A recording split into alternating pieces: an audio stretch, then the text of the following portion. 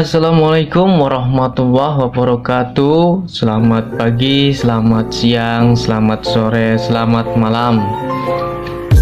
Berjumpa lagi dengan saya di Broyon Education Channel. Di kesempatan kali ini kita akan membahas tes psikotes tentang tes menggambar. Tes menggambar itu ada 3 jenis nanti biasanya yang sering muncul pada tes psikotes dalam tahap ataupun dalam jenis tes menggambar. Ada tes menggambar orang atau drawman, kemudian tes menggambar pohon, dan kombinasi dari tes menggambar orang, pohon, dan rumah. Jadi bisa teman-teman pahami nanti. Yang akan kita bahas dan kupas tuntas di sini adalah tips and trick agar bisa menggambar dengan tepat dan benar ataupun bisa lolos dalam tes gambar. Makanya di sini saya tidak akan mencontohkan menggambar orang, menggambar pohon, dan menggambar pohon, orang, dan rumah. Ini saya akan membahas kupas tuntas tips and triknya, bagaimana cara lolosnya. Oke, langsung saja kita mulai. Yang pertama itu biasanya adalah kita disuruh untuk menggambar orang. Tes menggambar tahap pertama adalah kita disuruh menggambar orang. Tes menggambar orang di sini biasanya petunjuknya adalah gambarlah orang dengan lengkap. Orang dengan lengkap, teman-teman lihat di sini ada 3 jenis gambar profesi gitu.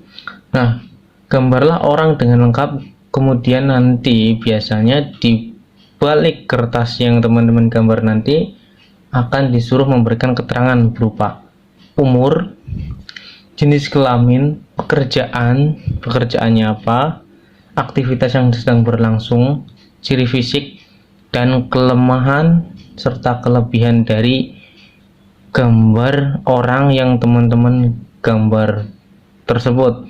Jadi teman-teman nanti harus bisa mendeskripsikan tentang umurnya, itu di kisaran umur berapa, jenis kelaminnya apa, kemudian pekerjaannya apa. Jadi tidak asal menggambar, teman-teman harus benar-benar menggambar yang teman-teman tahu dan paham pekerjaannya, aktivitasnya apa, sedang apa, kemudian ciri fisiknya, kelemahan dan kelebihan. Bisa kita lihat di sini contohnya. Ini ada 3 jenis profesi atau 3 jenis gambar. Yang pertama di sini adalah ada yang namanya guru sedang mengajar. Guru sedang mengajar di sini bisa kita deskripsikan adalah umur,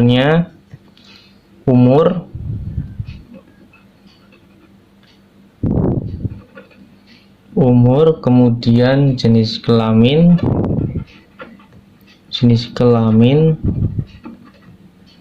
kemudian ada pekerjaan, kemudian ada aktivitas, kemudian ada ciri fisik, kemudian ada kelemahan dan kelebihannya.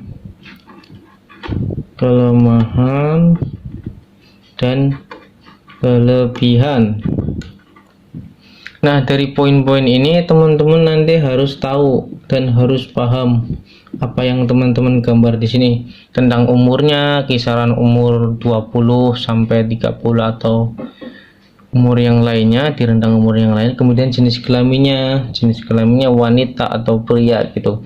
Kemudian pekerjaannya guru atau polisi ataukah kontraktor seperti pada gambar di sini.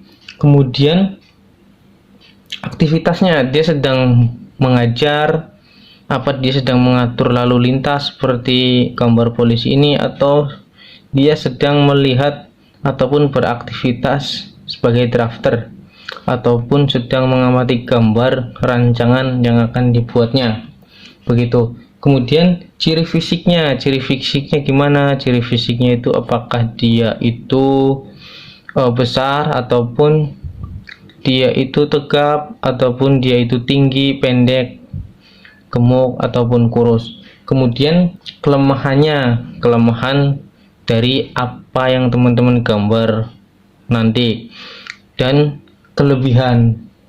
Nah, pembahasan dalam tes ini adalah tes menggambar orang ini tujuannya apa sih?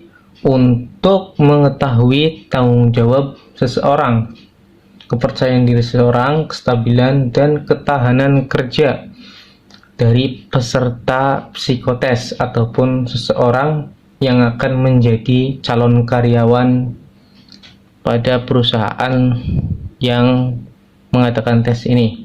Kemudian poin di dalamnya adalah kita harus tahu poin-poin yang harus kita gambar dalam menggambar orang ini. Yang pertama adalah proporsi tubuh. Ini poin-poin ketika kita harus menggambar atau mendeskripsikan. Nah, ini adalah deskripsi. Deskripsi ketika nanti sudah selesai menggambar. Nah, ini deskripsinya. Kemudian poin-poin yang harus teman-teman perhatikan ketika akan menggambar orang atau tes menggambar orang nanti adalah yang pertama, proporsi anggota tubuh. Proporsi anggota tubuh.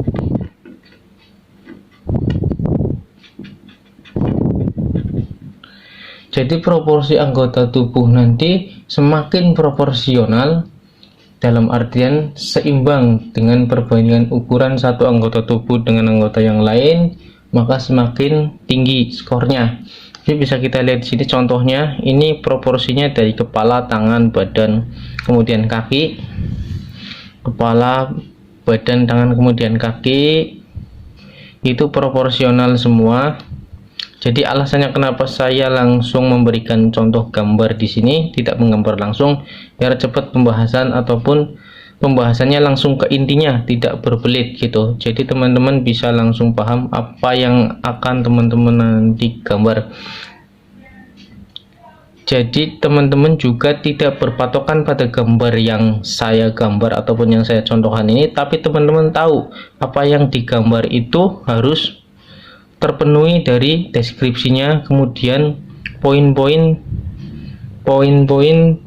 untuk menggambar, poin-poin atau syarat-syarat menggambar, syarat gambar. Kemudian, nah syarat gambar di sini saya tadi yang pertama adalah proporsi anggota tubuh, kemudian yang kedua adalah kelengkapan anggota tubuh. Kelengkapan anggota tubuh. Nah, kelengkapan anggota tubuh di sini ada kepala, ada tangan, kemudian ada kaki, ada badan. Semakin lengkap, semakin tinggi nilainya. Kemudian detail gambarnya. Yang ketiga adalah detail gambar dari orang yang teman-teman gambar nanti. Detail gambarnya adalah apakah teman-teman menggambar topinya dengan detail, bajunya dengan detail, kemudian ada aksesorisnya, sepatu dengan detail seperti gambar polisi ini, kemudian di gambar ini juga detail juga, ada helm proyeknya, kemudian baju dengan dasi, kemudian dengan sepatu juga, kemudian dengan alat gambar juga. Ini bisa satu ataupun dua, ini gambar ini juga sama. Bila pilih salah satu untuk contoh penggambarannya. Itu ketika detail gambar semakin detail, maka semakin tinggi nilai yang akan diperoleh dari HRD nanti ataupun psikolog nanti yang menilainya. Jadi tujuan saya memberi contoh gambar langsung adalah biar teman-teman langsung paham inti dari tes menggambar orang ini. Soalnya ketika kita cuma mengasih contoh saja, contoh menggambar orang, maka belum tentu gambar ini akan bisa diterima ketika digambar dengan teman-teman nanti, karena persepsi ataupun imajinasi kita berbeda-beda. Tentang kita mendeskripsikan seseorang, kita juga berbeda-beda gitu. Nah, ini untuk tes menggambar orang seperti itu. Kemudian selanjutnya adalah tes menggambar pohon, atau sering kita sebut atau sering biasa disebut adalah draw a tree test ataupun draw a tree.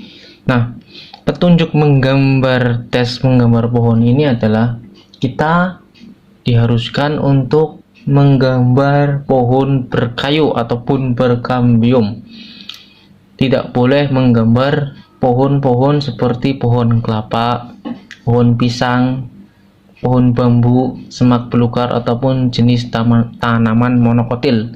Nah, monokotil di sini artinya seperti pohon pisang, pohon kelapa yang tidak berkambium. Nah, itu tidak diperbolehkan dalam menggambar pohon nanti. Jadi teman-teman harus menggambar pohon-pohon yang berkambium ataupun pohon-pohon yang jenis dikotil. Sama seperti ketika tes menggambar orang, tes menggambar pohon juga nanti teman-teman harus menuliskan nama pohon yang teman-teman gambar. Bisa kita lihat di sini, saya contohkan beberapa pohon yang berkambium, berbuah, lengkap dengan pohonnya, pohon, kemudian akar, kemudian tangkainya, daunnya, sampai buahnya, itu lengkap. Jadi contoh yang saya contohkan di sini adalah gambaran ketika teman-teman harus menggambar pohon nanti, pohon seperti apa dan pohon apa, begitu ya teman-teman. Kemudian yang terakhir, yang ketiga adalah kita disuruh menggambar rumah, pohon, dan orang, kombinasi dari rumah, pohon, dan orang, atau biasa disebut tes HTP, draw house three person, ya, HTP, draw house three person, HTP. Nah, bisa teman-teman lihat di sini, ini adalah contoh gambar kombinasi dari gambar rumah, kemudian pohon, kemudian orang. Nah, petunjuk untuk menggambar HTP ini, host tree person atau rumah pohon orang ini, kita disuruh untuk menggambar sebuah rumah, kemudian sebuah pohon, dan seorang manusia.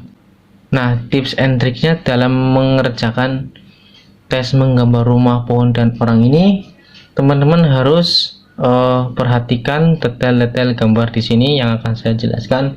Jadi ada gambar rumah terdiri dari garis dan dinding, garis di dinding yang ada di rumah ini mewakili ego seseorang. Garis-garis ini mewakili ego seseorang. Garis dan dinding yang terlalu samar menunjukkan ego yang lemah, sedangkan terlalu tebal menunjukkan kecemasan yang berlebihan. Jadi biasanya tergantung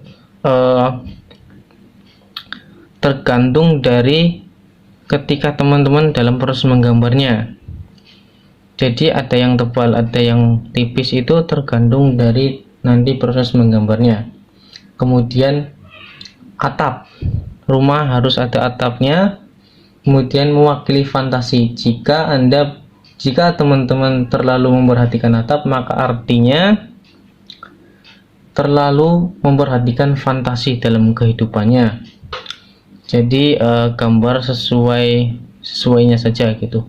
Kemudian pintu dan jendela. Pintu dan jendela itu mewakili keterbukaan. Pintu dan jendela itu mewakili keterbukaan untuk berinteraksi dengan orang lain dan berinteraksi dengan lingkungannya. Jadi jika Anda nanti menggambar rumah, harus ada atap, dinding, kemudian pintu, kemudian jendela. Namun jika Anda ataupun teman-teman nanti menggambar gorden ataupun penutup jendela, bisa diartikan oleh psikolog bahwa Anda atau teman-teman itu kurang terbuka dan kurang suka berinteraksi dengan orang lain ataupun lingkungan sendiri. pintu dan jendela sama tadi mewakili keterbukaan tadi yang sudah kita bahas. Kemudian penjelasan ataupun pembahasan yang akan kita bahas dalam tes menggambar rumah, pohon, dan orang di sini adalah bisa kita deskripsikan bahwa ketika kita menggambar kombinasi ini, kombinasi rumah, pohon, dan orang, dalam beberapa versi atau dalam penilaian HRD atau psikolog ada yang memaknai bahwa rumah sebagai ayah, kemudian rumah sebagai ayah, kemudian pohon sebagai ibu, dan orang ini adalah diri kita sendiri. Jadi semakin besar ukurannya atau semakin kecil ukurannya, maka akan mempengaruhi pada kehidupan kita ataupun pada apa yang kita rasakan ataupun apa yang kita cerminkan dalam gambar. Dalam contoh gambar di sini ada pagar juga. Pagar di sini diartikan sebagai pengaman. Jadi bisa diartikan ataupun bisa dinilai oleh psikolog atau HRD bahwa teman-teman ketika menggambar rumah, pohon, dan orang, dalam rumahnya ada pagar, teman-teman bisa dinilai sebagai pribadi yang memperhatikan keamanan dan cukup waspada dalam kehidupannya. Begitu penjelasan tes menggambar rumah, pohon, dan orang dari saya. Mungkin apabila ada pendapat-pendapat lain yang bisa kita diskusikan, mari kita diskusikan di kolom komentar. Terima kasih. Bila video ini atau pembahasan ini bermanfaat dan berguna bagi teman-teman semua, maka jangan lupa like, comment, share, dan subscribe. Sekian, wassalamualaikum warahmatullahi wabarakatuh.